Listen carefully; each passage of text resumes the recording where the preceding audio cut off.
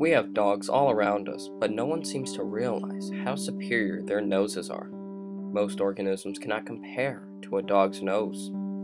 A dog's sense of smell is about 40,000 times better than a human's.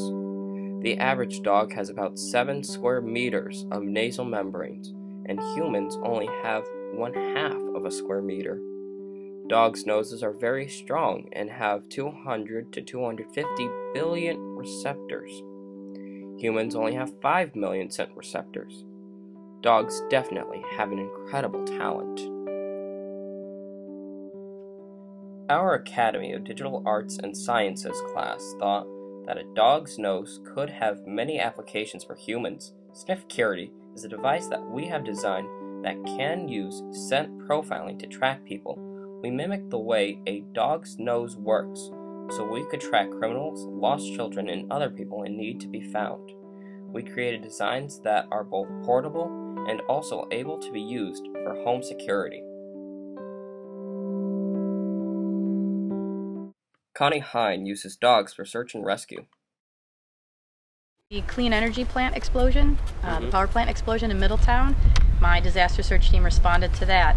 And our job with that was, we had been told that there were dozens of people missing, and that's what we utilized the dogs for, was to determine whether or not these people were actually missing. If they were missing, where they were, because people on foot had searched the area and hadn't come up with anything. So given that they were told there were dozens of people unaccounted for, our dogs went into that area and searched. Later.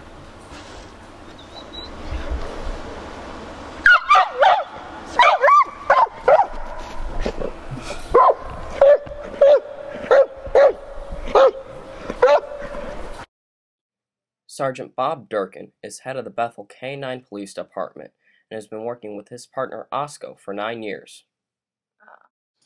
If we have a missing child or somebody who's suicidal, which is the normal thing for humanitarian, we would obviously get a description, clothing, what the person looks like. If we have clothing that the person recently wore, it obviously helps the canine. The dogs can scent discriminate. They're trained to follow specific scent. So what we do is we introduce, if you have a hat, pair of shoes, pair of shorts, shirt, whatever it is, that the person recently wore, we can introduce that to the dog, have the dog smell that piece of clothing, and then when we're looking for our track, the dog is going to look for that specific scent.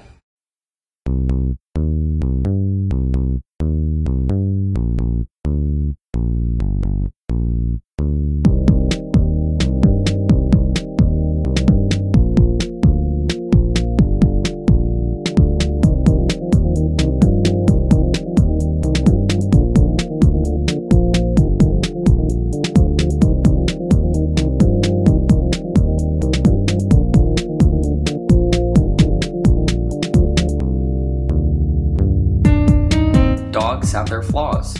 He can't work indefinitely. You know, he's not a machine. He has to be watered. He has to take breaks.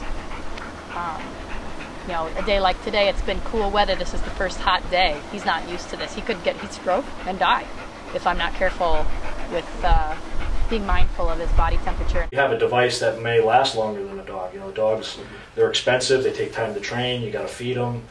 You have to have a specific car outfitted for the dog. Sergeant Durkin and Connie gave their opinions on the device. I can send him into areas where people can't go.